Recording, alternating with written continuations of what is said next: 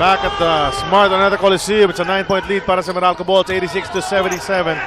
10:39 na lang natitira rito. Backward pressure pa rin, tuloy-tuloy. Mula sa Global Port, Batang Pier. John Wilson clear of the timeline. Paul Artadi goes back to Wilson. 14 seconds on the shot clock of the Orange men. Wilson on the move. Fades away mula sa kaliwa. That doesn't go. Rebound. Nakuha na naman ni Evan Brock. That's 18 total rebounds in the game for the Global Port import. Chance na makalapit itong Global Port. Bonbon Custodio. They go to Brock. Some distance and space between he and Brian Butch. He decides to take that jumper and he drills it! Well, he has to take that jumper because makikita mo si Brian Butch is just playing in half. Hindi talaga nakalapit itong si Brian Butch kasi nga alam niya na drive itong si Evan Brock. And the Paul Artadi, hindi nabigyan ng spasyo nito si Cabagnot upon receiving the inbound. So that's a foul on Alex Cabagnot. Second team foul para sa Global Port. Relentless itong depensa in the backcourt. John Wilson, smart move, quickly stepping in to help out his teammates. Kung hindi, baka turnover nangyari ron. Anjo Karam is there as well. So Paul Artadi, talagang pinasok lang for spot duty ni Coach Ryan Gregorio. As we see Gary D, turnaround jumper. Doesn't go, Butch tried to tip it in. Cabagnot, eto na Global Port, 7 lang hinahabol nila. Evan Brock, cross-court salva. Kick dito kay Bonbon, linapit ang bola, 16-foot jumper, swak yan para sa Global Port, baba sa 5. Ang lamang ng Meralco, 86-81. Great ball movement actually at nagmula yun sa magandang defensive stop. Here's Karam. One of the easiest times nakatawid sila rito mula pa ng third quarter. Brian Butch. Evan Brock holding his ground. Butch shoots over him. No go on that offensive. Global Port. Salva goes out dito kay Cabagnot. Brock hinihingi ang bola. Nice pass dito kay Ponferrada who spins in the lane. The hook doesn't go. Put that Brock. Too strong. Up ahead to John Wilson. Wilson will go all the way and miss at the rim. Ang ganda naman nung defensive stance ni Nico Salva on that play to try to stop that one. Nang hinayang doon ang Global Port because they had a golden opportunity to put it back. Pero yun nga lang nung nang hinayang sila lahat, nahuli naman sila pagtakbo sa fast break. Kaya libreng-libre to si John Wilson. Si John Wilson parang nanggigil. Nakita niya medyo may straight pass to the basket. He went in but he misses the first free throw. They're gonna put in Kelly Nabong. Jewel Ponferrada. He gave a good account of himself. Meralco has missed 20 free throws already in this game. They only missed 13. 13, mataas na yun. They missed 13 sa huling laro nila kontra sa Alaska. Ngayon, 20 na. 1 out of 2, 87-81. Lamang ng Meralco, 6. 8 minutes and 17 remaining. Cabagnot kicks it over to the cutting Bonbon. Balik kay Cabagnot. Steps out for 3. Decides to go to Nabong. Baseline. Wanted to go into Brock. It's tapped out. Referee emphatically says it's going back to the Meralco Bolts. There were a lot of opportunities where you could have taken that perimeter shot. Sometimes you really cannot hesitate. No matter how bad you're shooting, you just have to take that shot. The decision lang kasi split second yan. Do I drive the ball? Do I take the outside shot? Ito si Gary David. A steal mula kay Bonbon Custodio. Good anticipation. Binitbit. Finishing that fast break. Baba sa 4 na lang ang lamang ng Meralco Bolts. And Meralco has really been bothered, Eric, by this defense. Well, napapa talaga ng todo rito si Bonbon Custodio because he's doing great, most especially in the defensive end. You know, inaalala ko laro nitong Meralco at Global Port from 2 conferences ago, if I'm not mistaken. Na ganito rin, lamang na lamang ang Meralco. And Sol Mercado was in that game. And nahabol sila eh. This could very well be playing in the mind of Coach Ryan Gregorio right now. Yung mga after leading big na habol, 3-pointer ni Cabagnot was in, bounced out, and on the rebound play, may pito ang ating referee. Hugnatan is called for the loose ball foul. Third foul already by Hugnatan.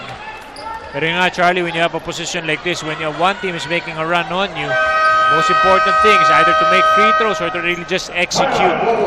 Coach Ryan calls a timeout, 7:10 remaining.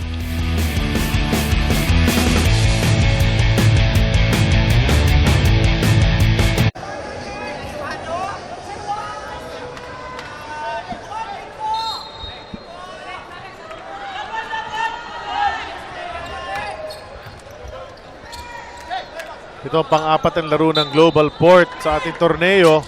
But their next 3 games will be against Ginebra, San Miguel, Beer, and Rain or Shine.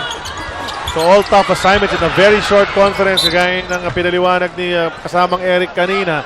Ganong kabilis ito, 9 elimination round games. You don't want to be at slots 9 and 10 in the standings or else you go on an early vacation. You have to make your move early, Charlie, because kahit papano, kahit umabot ka sa 7 and 8 position, you're still not in a very good spot to play the top 2 teams. The no-go on that offensive mula sa Global Port. So kaya naman yung 6-point lead ng Meralco, may pagkakataon silang palakihin yan. Brian Butch wants to post. Gets it right there. Wanted to go to Hugnatan. Step backwards, out of bounds. So that's a turnover forced by Global Port. Another chance to come closer. 6:37 pa natitira sa ating laro. Lots of basketball to be seen. Jay Wash is in the ball game para kay Coach Pido Harencio, as well as Terrence Romeo coming in after having to sit out. Nice feed to Evan Brock, who sends it home. Another dunk para rito kay Evan Brock. Look at the way these guys of Global Port, they're really pressuring very hard. And look at Terrence Romeo there going after Anjo Karam. And Karam is in the bind right now. Gives it up to Gary David. Muntik na yun, partner. He stumbled. That could have been a turnover.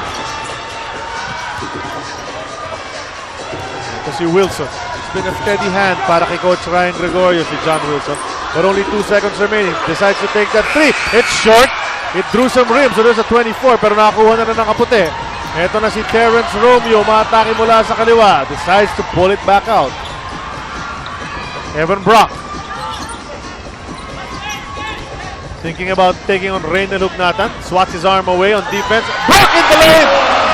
Puntos na naman kay Evan Brock. And sabi nga niya, this is his chance perhaps to show the people that he can deliver in a close ball game. What the beauty about what Evan Brock is doing is just not quitting. It actually, a big 18-point lead was the biggest lead by the Meralco Bolts. Pero dito, because of that partnership with Terrence Romeo, Evan Brock has been so effective, most especially that one-on-one duel with Hugnatan on that low post play.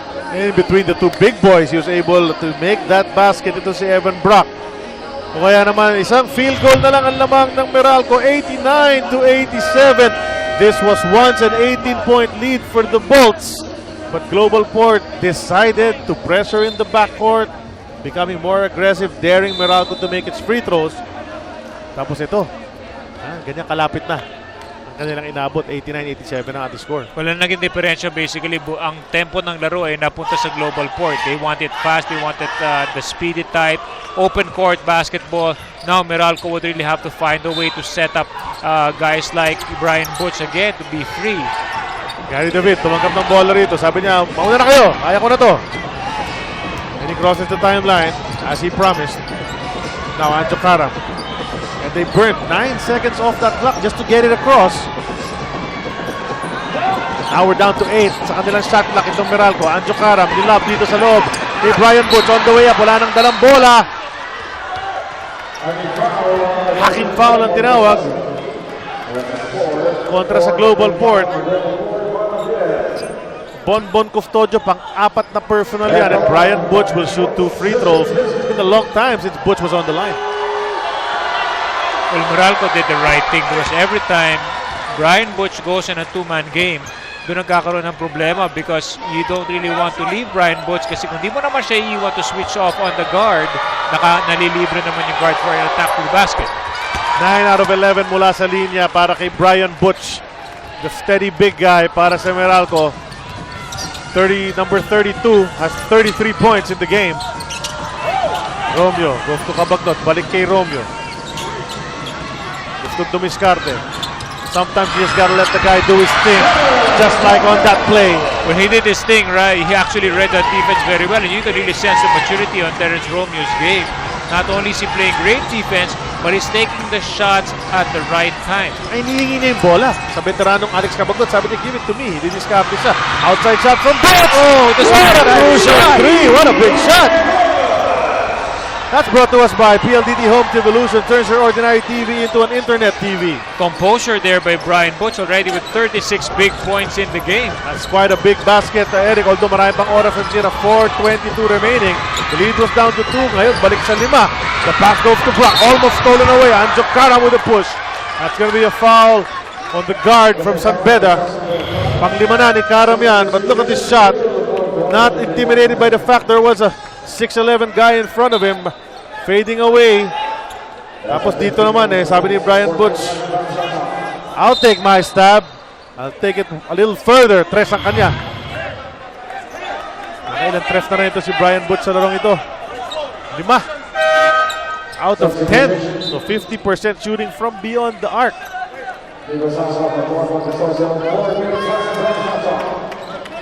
14-second shot clock. Romeo na naman ang may hawak ng bola. Let's see what he can do with it right now. He hooks it over to Brock. The pass into Jewel, and he bounces it off his foot. Turnover mula rito sa Global Port. Well, Jewel got it too deep under the basket. Mahirap na talaga to make that move. Look how physical it's getting. Romeo and Karam were banging a while ago para makalibre ito si Karam to get that ball. So we'll watch that. Here's Gary David. On the right side, wants Butch to give him some space. Turnaround jumper, falling away, masyadong malakas. And Terence Romeo picks it up. 5 lang hinahabol nitong Global Port. Meralco trying to stand up defensively against them. The drop dito kay Ponferrada. He gets the basket. He concentrated that time. The focus for the 2. You gotta give it to Terence Romeo with the composure that he's having. He's actually playing great point guard chores at siya na nga nagsiset up sa kanyang mga teammates sa ilalim. Gary David once again, siya na raw magbababa ng bola. Ponferrada being in. He started this game. It looks like he might finish it. Gary D, top of the key 3. That's short. Rebound taken by Brock. Meralco has been out of sync past couple of plays. Gary David missing. The pass to Ponferrada once again. Back to back. What a feed from across the lane, and Jewel has delivered, being a gem in this ball game. Crucial yung mga baskets dito ni Jewel Ponferrada at nambumula sa kanyang mga teammates. He's just being at the right place at the right time.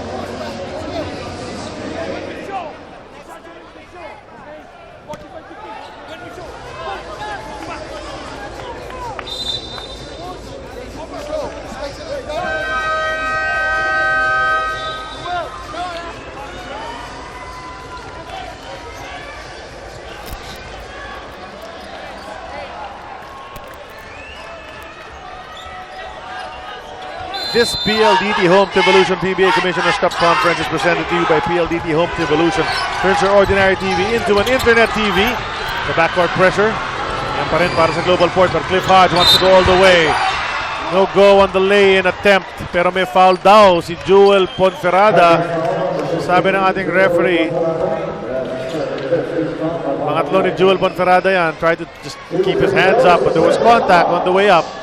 He's a great role player. Jewel Ponferrada is actually giving the minutes na talagang kinakailangan and the effectivity as a center for Global Port.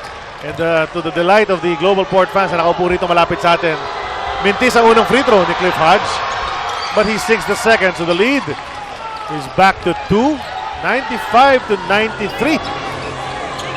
Sabi, no, kala natin hindi na makakaabot ng ganito, pero what a stand mula sa Global Port. But Meralco is holding on. Let's see, Terence Bill Romeo crossing over Cliff Hodge a couple of times. The drive, bounces out. Brian Butch nakuha ang rebound. That would have been spectacular. Ito si Anjo Karam, nagmamadali itawid na yung bola. Para at least sigurado na doon sila sa front court.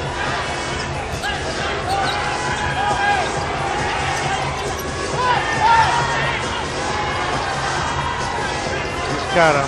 No 7 movement at the seconds. offense. Yun na nga eh. So Karam decides to take the jumper. It bounces out. Butch taps it to the wrong guy. Kabagnot picks it up. Another chance para makalamang, or rather makatabla or makalamang itong Global Port. Approaching the 2-minute mark. To Brock to the basket. Tayong defense.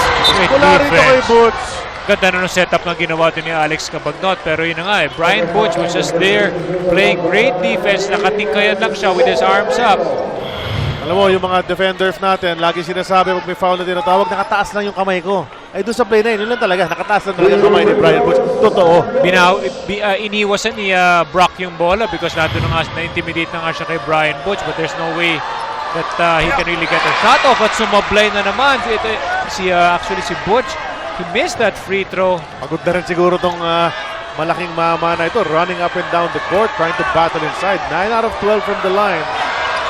Steady na rin siya from the free throw line, Charlie. I mean, compared to the total miss free throws ng buong team ng Meralco. Well, 10 out of 13. That's almost 78% mula dyan.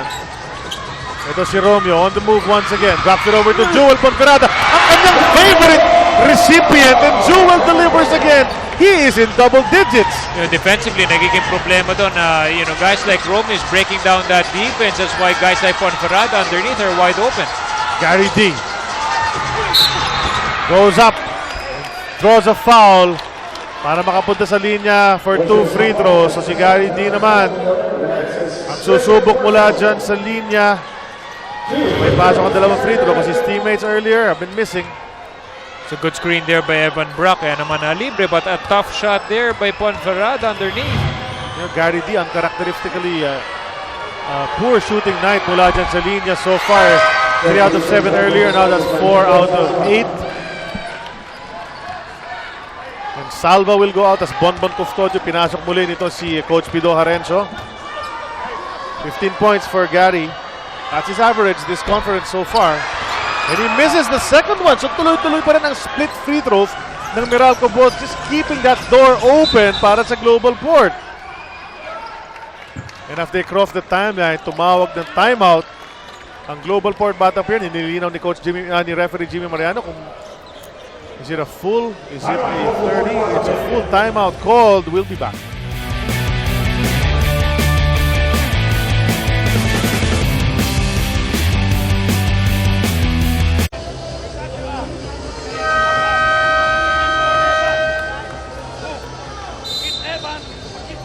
Back at the Big Dome, 2-point lead lang para sa Meralco Bulls kontra sa Global Port. 97-95, a minute and 28 remaining in this ball game.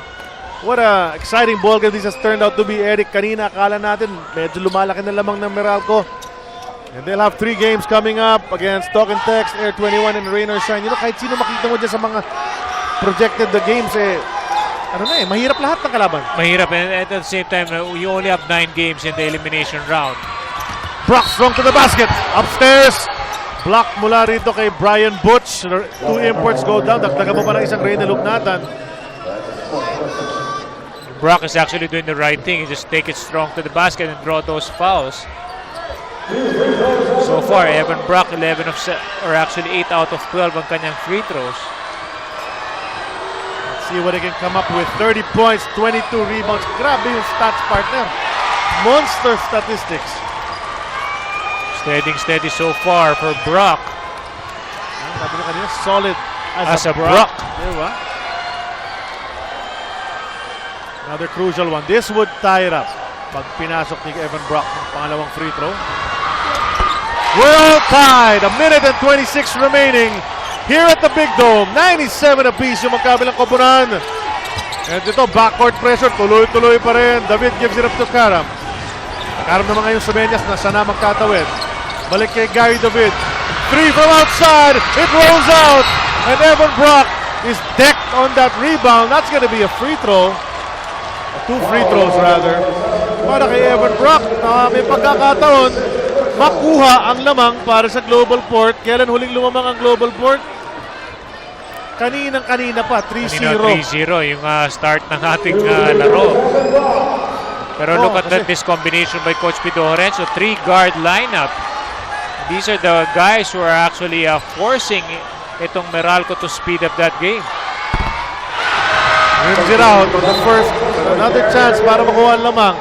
10 out of 15 from the line. Alam mo, di ba nag-umpisa yung game na to? Foul counted si Brock, 3-0. Foul count, yun na yun eh. Tapos 3-0, nag-3-all dahil naka-3 ito si Brian Butch.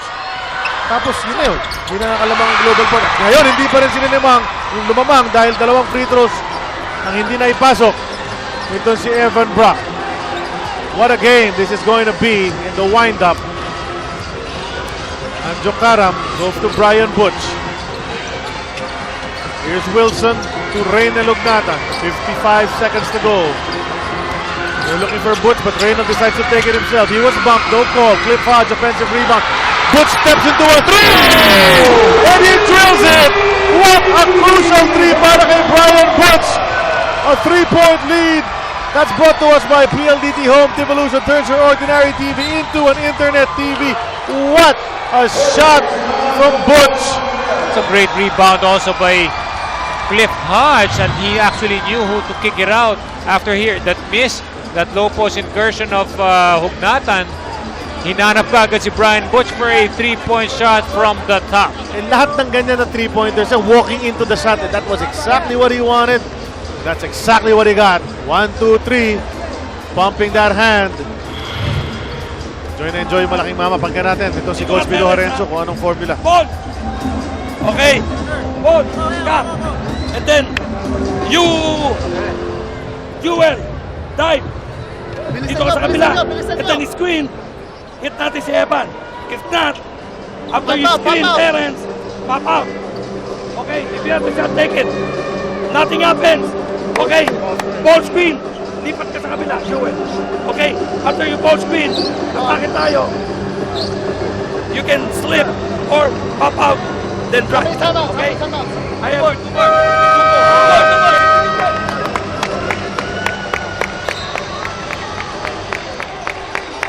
Dito natin, Bido Lorenzo, lots of options na binibigay sa kanyang mga players, but the Bolts only have 1 timeout left. Global Port has 2, a 30 and a full. No need for the 3. Sa time na natitira, 42.7. So they go to Brock, which is what they wanted, but he gives it up to Romeo. Siya naman ang magte-tres. It bounces out on the rebound play. Brock tries to keep it alive, but John Wilson able to pull it down. Ito ang Orange Men. And in the backcourt, Terence Romeo, that would have been big. Big stop. Big stop. Oh, maganda rin. That's a big defensive stop here by the Bolts. And Romeo will go to the bench with 6 personals. What a game he played. 20 points and 6 assists. Yan ang pinakamagandang laro ni Romeo so far in this conference. He's only averaging 5.3 points, Charlie, in the last 3 games. But actually, Terence played a great game.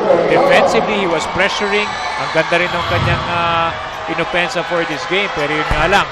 Itong, of course, like guys like Ajokara, and itong si Brian Butch really were able to really find a way. Pero still, 29.2 seconds pa to. There's still a lot of time left para makahabol dito ang Global Port if magkasunod-sunod ka ang kanilang 3-point shots. Those 2 free throws are big para kay Kara. They put them into a 5-point lead, which is a 2-possession ball game. Global Port calls a timeout. Down by 5 with 29.2 remaining. And well, sabi nga natin, this has been an amazing game, especially dito sa second half. And we're back to the drawing board, to the whiteboard. To see Coach Bido Lorenzo. And it's much more difficult now. Those 3 earlier, now it's 5. Okay. We go line. Okay. Bon.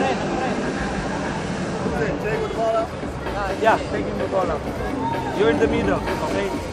Check. Bon. Go. Hindi, ayan na yun. Iyaano lang naman natin. Bon. Corner. Okay. RR. Ikaw to. You go corner. If there's a pass, pass it to RR, Not. Screen. Go here. Alex. Oh, hindi. Go here. And then down skip for Alex. You have a shot. Take it. Okay. Now, wala. There's no shot. You both spin.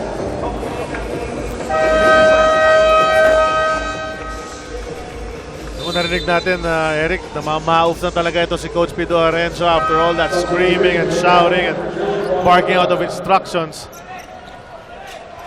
Well, from that last play, Charlie, there's actually 3 spots kung saan manggagaling yung, or 3 options kung saan manggagaling yung 3-point shot. Tignan natin, Jay Wash doing the inbound. Kabagnot gets it, top of the key. He was right there, pero offline ang tira. Board lang ang tinamaan.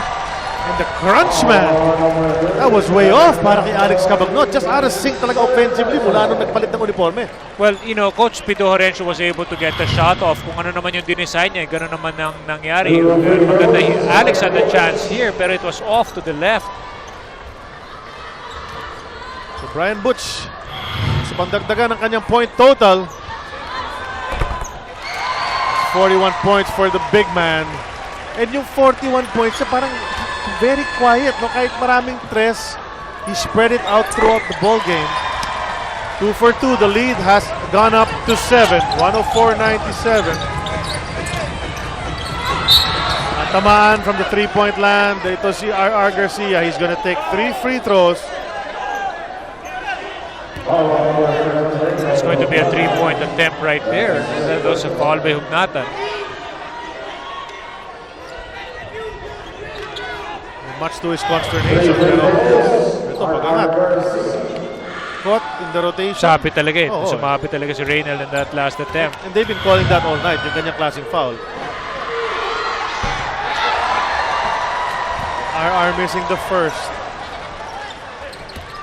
And what a valiant stand.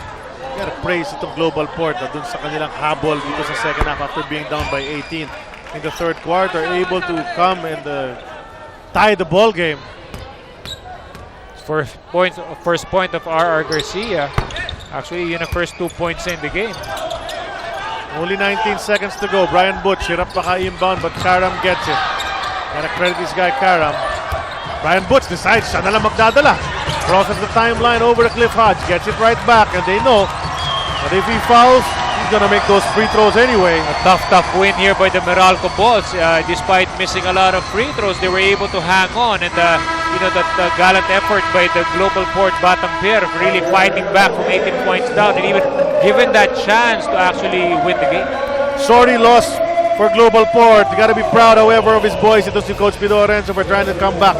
Pero itong Meralco holding on for this 5-point win, 104-99. And sa kanilang atake, ang daming tumulong dyan. Pero yung nangunguna, none other than Brian Butch once again for the second game in a row. He's our best player. 42 points, 24 rebounds, 6 out of 11 from 3-point land, and countless defensive intimidation against Global Port. What a game by the big guy. Oh, definitely, and he's the most consistent player out there to skip free throw, and he had the open shots. He took it with a lot of confidence, and he made them. Well, that ends our PBA games today on this Saturday. Bukas naman, dito rin sa Smart Araneta Coliseum, Talk and Text kontra Barako. That will be followed by Manila Clasico, Barangay Ginebra kontra Sunmig Coffee Mixers. On behalf of my partner, Eric Reyes, my name is Charlie Cuna. And all the guys and girls dito sa ating TV5 Sports Production, maraming salamat sa inyong pagpanood ng ating PBA Commissioner's Cup.